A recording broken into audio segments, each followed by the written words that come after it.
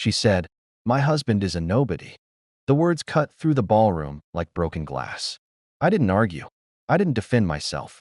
I simply set down my glass of champagne and walked out into the night. Before I go further, don't forget to subscribe, hit that like button, and leave a comment if you've ever been underestimated and came back stronger. The night had started with glitter and noise, the kind of gala where the chandeliers blazed and the air smelled of money. My wife, Jennifer, adored these events. She thrived in the spotlight, loved the way the cameras followed her sequin gowns and how the whispers of other women envied her jewelry. Me? I was a guest at best, an accessory at worst. I had learned how to nod, how to smile politely when introduced as her husband. I told myself it was enough. That evening, the crowd was thicker than usual. Politicians, bankers, tech giants, the kind of people whose names carried weight. I stood near our table, a glass in my hand, listening as Jennifer chatted with a group of women dressed in glittering gowns. She leaned in, her voice carrying, and with a sharp laugh she said, "Oh, my husband? He's nobody important. Just a guy with a job that barely counts in this room." The laughter that followed was like nails on glass. It wasn't playful, it wasn't affectionate. It was cruel, deliberate, designed to shrink me right there in front of everyone. I looked at her, really looked at her, and for the first time saw not a partner, but a performer, a woman who measured her worth by how small she could make me look in front of others. The faces around us blurred as the blood rushed to my head. I didn't lash out. I didn't plead. I didn't explain myself or try to win their approval. I just placed the glass down, smoothed the front of my suit, and walked out. I heard a ripple of whispers, a few surprised gasps, but not one person stopped me. Not Jennifer. Not her friends. No one. Outside, the night was cold, the city alive with the hum of traffic and the glitter of neon. I pulled my coat tight around me and kept walking, each step away from that hall feeling heavier and lighter at the same time. In the weeks that followed, Jennifer called, texted, even left voicemails that swung between outrage and mockery. She wanted to know where I was, why I had embarrassed her by leaving. But I didn't answer. I let the messages pile up until her voice turned into static.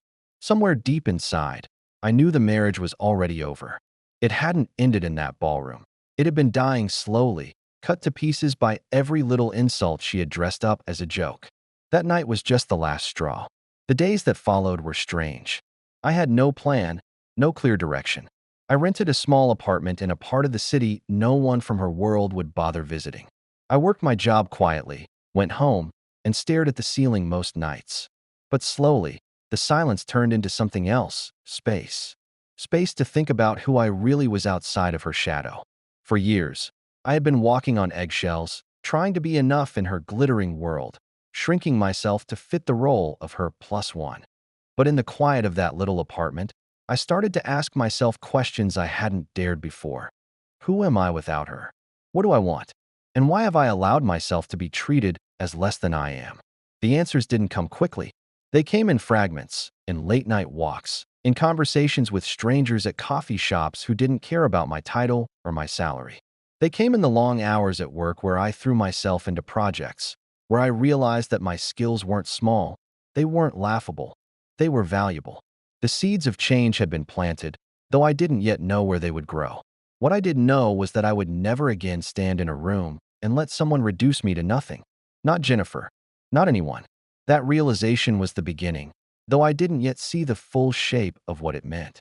All I knew was that I was no longer willing to be silent. I was no longer willing to stand in the corner while someone else decided my worth. And for the first time in years, I felt something I hadn't felt in a long time: possibility. I moved into a rhythm of rebuilding, though at first it felt less like progress and more like survival.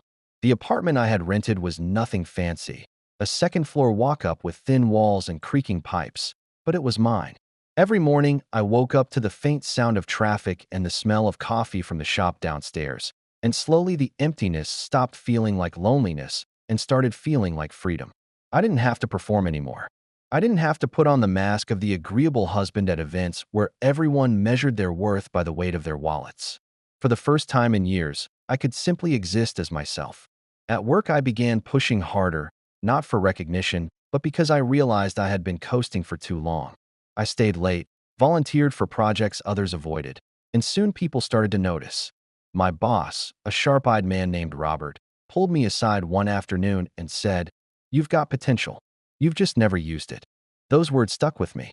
For years, I had let myself believe Jennifer's narrative, that I was small, unimportant, just someone with a job that didn't matter.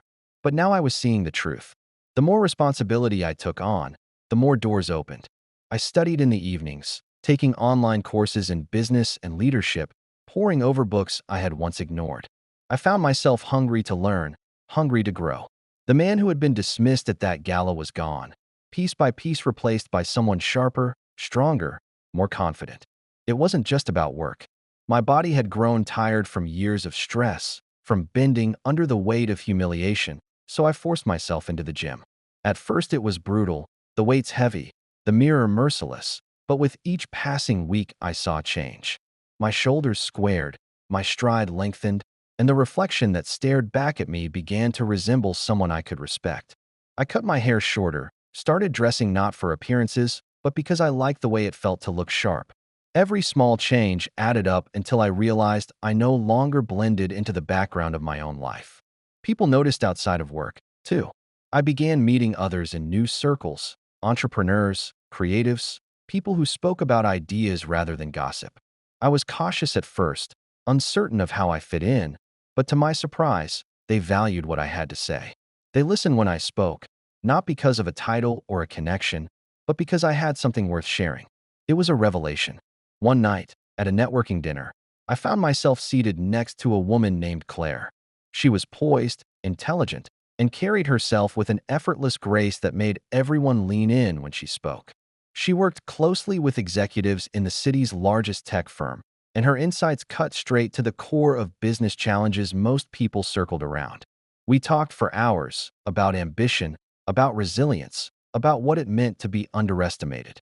There was no judgment in her eyes when I spoke of where I had come from, only curiosity and a flicker of admiration. That night, I walked home with a strange sense of energy, a spark that told me the transformation wasn't just in me. It was being seen, reflected back by others. As weeks turned into months, my career continued to rise.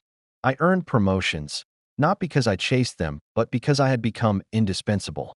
My name started appearing in conversations I was never included in before, my presence requested in meetings that had once been closed to me. The man dismissed as a nobody had become someone people wanted at the table. The irony wasn't lost on me. I remembered Jennifer's words, the mocking laugh, the way her friends had looked at me as if I were beneath them. That memory no longer burned with shame, it burned with fuel. I wasn't chasing revenge, but every step forward proved how wrong they had been. At night, in quiet moments, I thought about what had been taken from me, but I also recognized what I had gained. Without that cruel moment, I might never have woken up to my own worth. It was as if the humiliation had cracked me open, forcing me to rebuild from the inside out. Still, there was a part of me that carried the memory like a scar. It didn't hurt anymore, but it reminded me. A scar that whispered, "Never again." That year became a season of relentless growth. I traveled for work, met leaders in industries I once thought unreachable, learned from them, stood beside them. I walked into rooms that once would have swallowed me whole and found that I belonged. Not because of who I married, not because of luck, but because I had built myself into someone who couldn't be ignored. And with every achievement, with every handshake and every nod of respect, I felt the shadow of that old life shrinking further and further away. By the time the seasons turned again, I was no longer the man who had walked out of that gala with his pride in tatters. My days were filled with purpose, my nights with clarity. Success had not come suddenly, but it had come steadily, brick upon brick, built with long hours, determination, and the refusal to ever again let someone else dictate my worth. What surprised me most was not the promotions or the money, but the way people now looked at me. Where once I had been invisible, suddenly I was sought after. I found myself invited to gatherings, dinners, and events where influence moved like an invisible current. At first, I felt like an intruder in those rooms, but over time, the hesitation faded. I discovered I could not only hold my own, but that I belonged there, speaking with men and women whose names carried weight. The irony was that I hadn't been chasing those circles. They had come to me when I began standing tall enough to be seen. One evening, I attended a fundraiser for a local children's hospital. The kind of event I once would have avoided because it reminded me too much of Jennifer's world. Yet this time, it felt different. I wasn't there to impress anyone. I was there because I wanted to be. I moved through the crowd with ease, shaking hands, offering genuine conversation. That's when I saw Claire again. She wasn't just a guest this time. She was the keynote speaker, dressed in a sleek gown that seemed to command the room. She spoke about the importance of leadership rooted in integrity. Every word landed with force, and when she finished, the applause was thunderous. Afterward, when our eyes met across the room, she smiled as though we were already old friends. We spoke again, this time longer, sharing not just ideas but laughter, stories of setbacks, and small victories. She wasn't like the women in Jennifer's world who measured success in jewelry and status. She spoke of resilience, of building something meaningful, of standing on your own feet. It was as if she saw the fire inside me and recognized it because she carried one of her own. Over the next few months, Claire and I began to see more of each other. At first, in professional settings, meetings, dinners, panels. But slowly those blurred into personal moments. A coffee after a long day. A walk through the park on a rare afternoon free. The connection grew, steady and unforced, until I realized she had become part of my new life in ways I hadn't expected. Being with her was nothing like the old days with Jennifer. There was no performance, no cutting remarks, no shadow I had to shrink into. With Claire, I was simply myself, and that was enough. She saw not just who I was, but who I was becoming, and she encouraged it, challenged it, celebrated it. Meanwhile, my career surged. Projects I had once only dreamed of were now under my control. I led teams, negotiated contracts, and built networks that extended far beyond the city. My name began to appear in articles, my face in photos with industry leaders. I was no longer the invisible husband at the edge of a glittering crowd. I was the man people introduced with respect, the man who drew attention when he entered a room. And yet, through all of it, the memory of that night lingered. Not with pain anymore, but with clarity. The moment Jennifer had laughed at me was the moment I had finally woken up. That humiliation had become the spark that ignited everything that followed. There were times I wondered if she thought of me, if she ever replayed that night in her mind.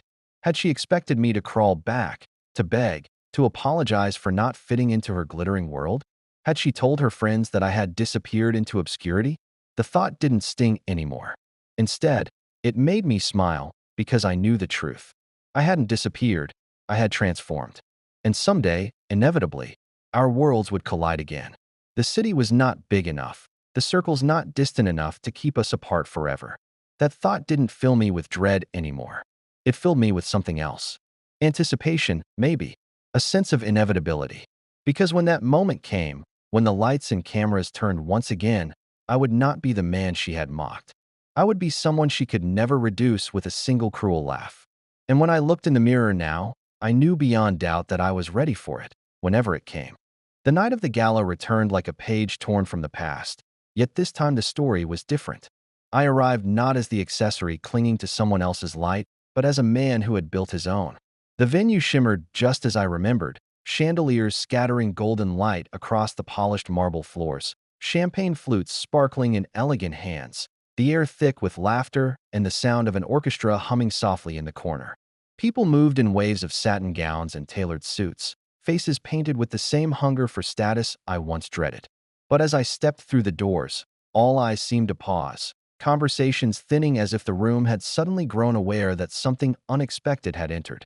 I wasn't alone. Claire's arm rested lightly on mine, her presence commanding without effort. Her auburn hair framed her face, and her gown caught the light like flowing fire. She walked with the kind of confidence that silenced whispers, and I could feel every glance darting toward us, every camera slowly shifting to capture the moment. We didn't rush. We moved slowly, deliberately, each step echoing with calm assurance. The men at the entrance greeted us with surprise that quickly turned to respect, their voices dropping into tones meant for people who mattered. It was not lost on me that Claire was no ordinary guest. She was the wife of one of the most powerful CEOs in the city. The realization spread across the room like wildfire, and I watched expressions shift, jaws tighten, curiosity sharpen into shock. The night unfolded in surreal fragments. I heard my name spoken softly in corners where it had never been uttered before. People approached with smiles that tried to disguise their confusion. They asked polite questions, careful not to reveal the storm of thoughts behind their eyes. I responded with ease, a smile playing on my lips, never giving more than I intended. The power of mystery hung over me, stronger than any explanation I could offer. I saw Jennifer before she saw me. She stood in a small circle of women, her laughter high-pitched, her jewels catching the chandelier's light. For a moment, I could almost believe nothing had changed. But then her gaze swept the room and landed on me. Her smile faltered. Her laugh broke mid-note. Her glass trembled ever so slightly in her manicured hand. I didn't break stride. I didn't acknowledge her with a nod or a word. I simply walked past, Claire beside me, our presence filling the air with a gravity that drew stares from every corner. Cameras flashed, conversations dropped into silence, and the echo of her words from a year ago pulsed faintly in my memory. My husband is nobody. I didn't need to remind her.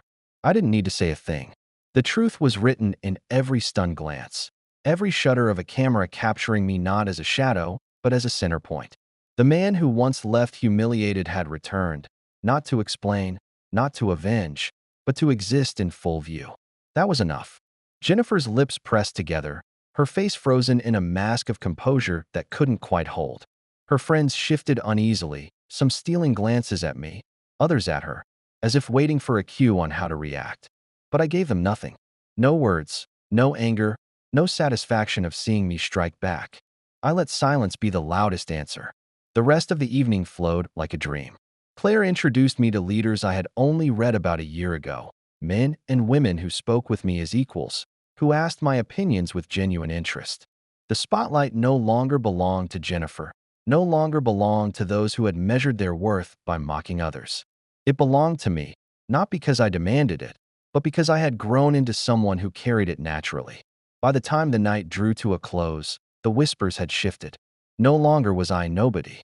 I had become a man whose presence carried weight, a man who had walked back into the very fire that once consumed him and stood untouched. When Claire and I stepped outside into the cool night air, the city lights painted the streets with silver and gold. She looked at me, a knowing smile curving her lips, and said nothing. She didn't need to. I felt it in her gaze, in the quiet pride radiating from her presence. I looked back once more at the building behind us, the laughter and chatter spilling faintly into the night.